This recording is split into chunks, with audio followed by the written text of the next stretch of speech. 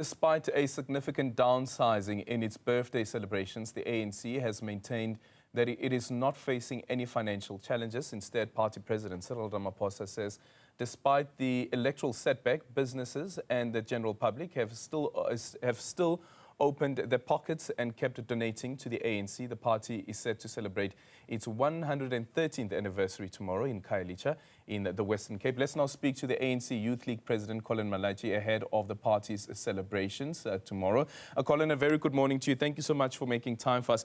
And I want to start off this conversation with looking at the leagues, because at some point, all of the leagues were in disarray, but it seems that there has been some level of stability now within the party, at least when it comes to the league.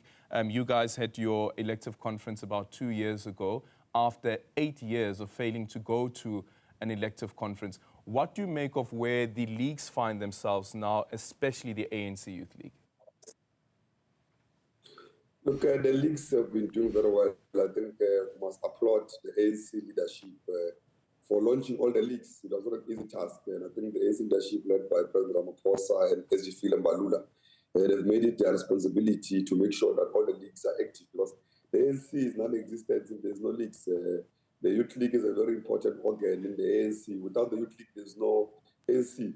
The results of the elections are a clear reflection that when there is no Youth League, the ANC is unable to produce leaders and volunteers and activists on the ground to assist it to grow and be a strong organization that it's supposed to be. Yeah, and the league's very important also in terms of campaigning for the party. But the accusation has also been that the leagues have actually failed to ensure that the party has that 50 plus at least majority. What's your reflection around that? Look, I think we take responsibility as the ANC Youth League, especially this difficult time of high level where the structure is still in the hands of the few. The revolt in the main is an economic revolt, but also because of lack of our structures not being on the ground being strong. As you have said in the beginning of the interview, it has been years without strong structures of the Youth League. That's why we've made it our responsibility as the Youth League leadership now that the first thing we do when we get into office is to get rid of all task teams and make sure from VT level to until provincial level, we've got our provincial executive committees that are launched through conferences. And if you have seen in Gauteng, we're able to launch Gauteng up 10 years after it has not been launched. Now, it's not the work that we're doing, but look, we're up against a very difficult person of a youth that is demoralized, that no longer believes that politics can resolve their socio-economic problems. Now, we have a responsibility as the youth leadership to regain that confidence, but also we have a responsibility to hold those deployed in government, those that are in the private sector, accountable to resolve the issues that are facing the youth, which in main is the issue of teenage pregnancy, unemployment of youth, crime, drugs, and many other problems. Now, while youth face many problems, but because of leadership, we have a responsibility to resolve all of those problems. Yeah, and considering that that posture and also the analysis that you have about what happened during the elections, there was that accusation also that came from Lebogang Maile from the ANC in Gauteng around how the Youth League had also failed to ensure a victory for the ANC. Now, the ANC has decided that let's look at what happened during the elections, and there's a possibility of a disbandment of the PEC in Gauteng as well as the PEC in KwaZulu-Natal. From an analytic perspective, what is the ANC Youth League's perspective on that, considering also what you've just mentioned now about how the party finds itself where it is? Look, I don't know any gossip about the disbandment of structures of the ANC. I think we've not arrived there to discuss that. Whoever is doing that is ill-disciplined members of the ANC who are going around spreading rumors to further cause problems for the African National Congress. We're going through a very difficult time of installing discipline in the ANC. Post-Polokwane, it was just get what it cards, every cat, every rat, everyone was just moving around doing as they please in the ANC. Those days are gone. We're going to act on anyone that tend to move out of the values and the principles of the movement, but also to project the ANC as a disorganized organization that is harbored ill-disciplined people. Although those that are ill-disciplined have went and formed their own political organizations, it's a political organization next door. But on the issue of responsibility, if you can check the stats, majority of voters that voted for African National Congress are young people. Yes, it is not enough. We could have done more. But elections came at a time where we were just fresh from COVID-19. Apart from that, there's high level of unemployment. A lot of companies listed the JSE, disinvested from our economy. The ANC was literally under siege. Everyone, regime change forces were united. Counter-revolutionaries were united. Even those that went to fight for liberation of our people went and joined the enemy to fight very hard to remove the ANC out of power. Now, the ANC was up against many elements, but we've seen them now who are more organized. The youth league were up now. The elections came at a time where we're still finding our feet ourselves. We're still organizing, but we try our level best. If you've seen us everywhere else, we're mobilizing, organizing rallies, engaging sectoral youth, everyone else we're engaging. And we believe that 2026 elections will do better because the leagues will be at their strongest. Yeah.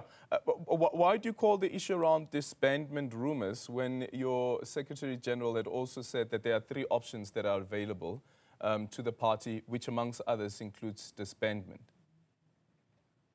Yeah, but the focus is disbandment. That discussion is not there yet. Everyone is focusing on disbandment, and leaving any other discussion that can be on the table. Now, I'm saying that we're not going to be able to have a situation whereby we allow such. The ANC will have an NEC meeting to discuss that matter, and the members of the media and those that are obsessed about the divisions of the ANC must wait for that moment. Those responsible I'm asking from the ANC Youth League's perspective. Where does the ANC Youth League stand with regards to this matter as a body that has its own structures, a body that has its own meetings? Yes, you fall under the ANC, but you also have your own structures and own conversations that are taking place. I'm asking from your perspective as the ANC Youth League, where do you stand with regards to that? Yeah, I think I've answered that question. I don't know how you want me to answer it. I've told that it's still internal matter has been discussed, and I'm not prepared to discuss that matter here. What I'll be discussing here as per the invite is the 113th anniversary of the ANC, which will be celebrating as the biggest liberation movement in Africa. Now, anything beyond that, leave it to the ANC. Be patient. Spokespersons and communicators of the ANC will communicate. I don't know why the media is obsessed about divisions of the ANC. We're not going to be divided now. We're stronger. 113 years. There's no one that is stronger than us. We'll come back out of this setback stronger than before. You'll come back stronger than before. But don't you think that the divisions within the party is also part of reflecting on the 113 years of the party's divisions to such a point where you have some people that are leaving the party and starting their own political parties as well? Look, everyone has got a right to form whatever political party they want to form. The constitution of the country, which the ANC has fought for, allows for that. Counter-revolutionary will always be there. There's a target everywhere in the world, in Africa, to disposition liberation movements. We know that target, and the ANC must be targeted because the ANC is one of the biggest liberation movements. They've planned that the ANC will not see beyond 20 years into government. We're at 81 years now. Now, our people still have hope and defend the ANC. Yes, we've lost 60% of the votes because of many other issues, apart from divisions, issues of service delivery. Some of our employees that have sent to do work for our people, they've not been doing what they're supposed to be doing.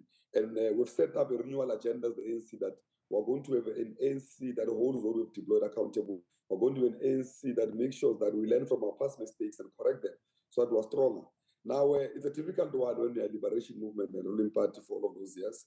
And look, we're not a perfect organization, but we're proven beyond doubt. We're here in the Western Cape, an area where majority of the population is the poorest of the poor. And people are saying that, no, we've learned from our mistakes. We believe that it's only the ANC that is biased to the poor and the working class. It can be able to resolve our problems. All we have to do as the ANC is to unite ourselves when we see these divisions and make sure that we regain the confidence of our people. Yeah. And just finally, speaking about the Western Cape, we will be speaking to the mayor of the city of Cape Town a bit later on today. But in terms of preparation for the January 8th statement, what's your understanding around why the ANC has decided to go to Khayelitsha instead of any of the other stadiums? Because his argument is that the ANC came late to the party and trying to book some of the stadiums that were already booked, even though they were being accused of trying to sabotage the ANC. The report that we got the National Executive Committee in our last NEC is that, and the NEC before, is that the reason of going to Khayelitsha is because we want to go back to our base and be able to engage our people there. Unlike, because if you have seen, we are not as strong like in other provinces in the Western Cape, we're below 20% here. Now, we're in the process of building ourselves up so that we become the party of choice in this province. Now, we know very well that it might be very difficult to fill a stadium here in the Western Cape as the ANC because we are not a majority party. Majority of the people here voted for other political parties, and which is not the ANC. Now here we have a bigger role to build structures and make sure that we regain the confidence of our people. Other issues that are said by the DA, I'll not be able to respond to them because I'm responding to a report that I got from the leadership, that is the technical team that has been put in place to organize this rally. Okay, thank you so much for your time. Colin Malachi is the ANC Youth League president there, ahead of the January 8th statement that will be delivered tomorrow by the president of the ANC, that is Cyril Ramaphosa.